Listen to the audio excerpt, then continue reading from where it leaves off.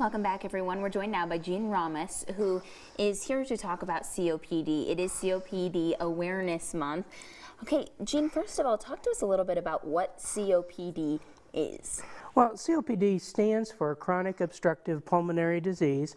It's a disease that affects approximately 15 million people who've been diagnosed in the United States, and probably another 15 million that have not been diagnosed.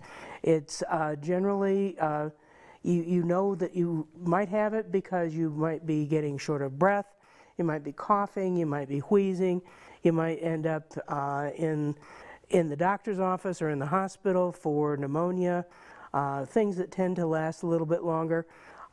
Those are the kinds of things.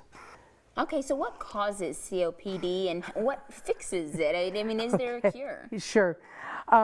Actually, there are a number of things that actually go into the cause of COPD. In many cases, it's smoking, but there are many other things that will influence it as well, and those include environmental things, things in the workplace. It could include things like secondhand smoke at home or in a vehicle or somewhere else. There are genetic pieces that we're aware of as well. It is not just a disease of smokers. About 25% of the people who are diagnosed in this country today have never smoked.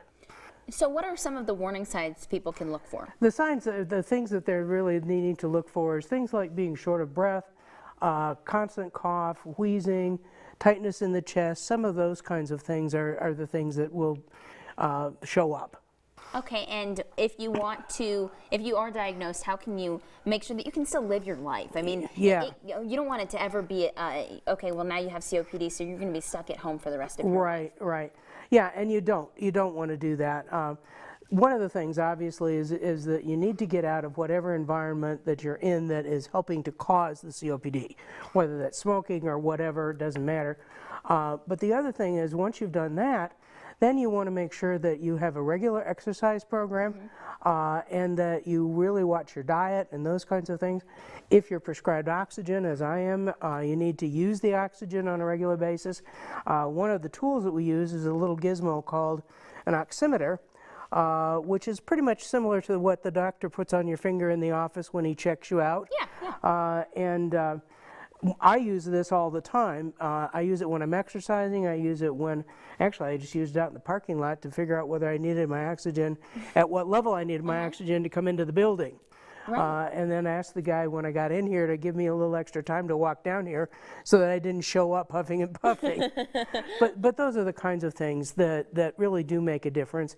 And if you do exercise and if you do watch your diet and if you do stop smoking, you have a really good chance, I think, of managing to live a very nice life. Mine's pretty good. Good, Jean. That's awesome. All right, well, thank you so much for being here. My uncle has COPD. I know how important it is to spread awareness, so we appreciate you being here for that. Well, thank you very much, and I appreciate the opportunity to talk about it because it is something that a lot of times people don't want to talk about.